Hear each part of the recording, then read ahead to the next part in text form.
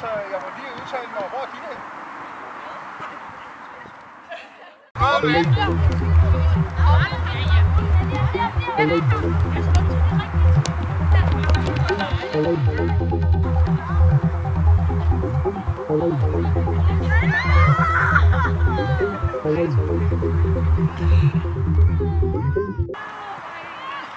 John, vi er på vej ind i en uge, hvor vi har 4 pokalkampe, hvor U17 DM skal møde Brøndby. Lidt speciel situation, da vi jo næsten lige har mødt dem i turneringen i en meget spændende kamp, som vi desværre tabte 4-3. Hvordan ser du det i forhold til, at det nu er en pokalkamp?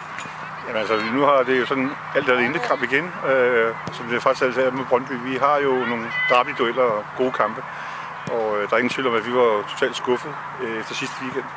Men vi lavede nogle store personlige fejl, og dem vil vi gerne prøve ret til næste kamp her. Og så tror jeg også, at vi får et andet resultat. Men Brøndby laver også nogle fejl, og det vil de nok også prøve at reparere. Så vi får en kamp, der bliver lige så intens som den her, og kan falde ud til begge sider.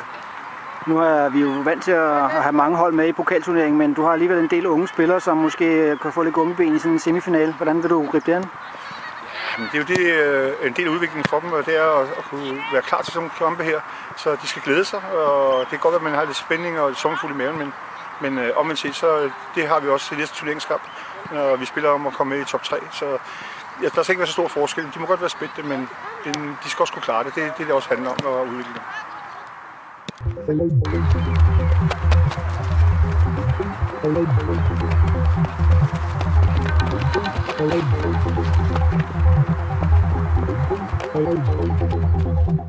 Pernille, du er jo anfører på BSF U17 DM-hold, og samtidig har du også spillet rigtig mange gange på udvalgte DBU-hold, så du har jo prøvet rigtig mange gange at stå i situationer med spændte kampe, hvor udfaldet er afgørende. Nu skal I spille pokalkamp her på tirsdag mod Brøndby. Hvordan tænker du, at sådan en pokalkamp løber an?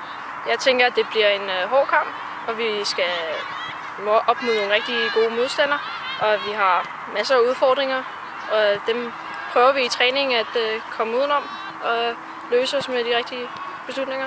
Nu er det lidt specielt, at I skal møde Brøndby. Det er jo lokalrivalerne, men samtidig har I jo faktisk lige mødt dem i turneringen i en rigtig spændende kamp over i Gryden, hvor I desværre tabte 4-3. Så tænker du, at det vil sidde i hovedet på jer, eller er pokal bare noget helt andet? Jeg tænker, at det vil selvfølgelig give hovederne på os, især fordi det er sådan tæt opgør altid, og det har været sådan, den kan gå til begge sider. Men vi vil da prøve at lære de fejl, vi lavede, da vi spillede mod dem sidst, og så skal vi vinde den pokalkamp. Og det prøver vi at gøre, ellers så er det slut med pokalen.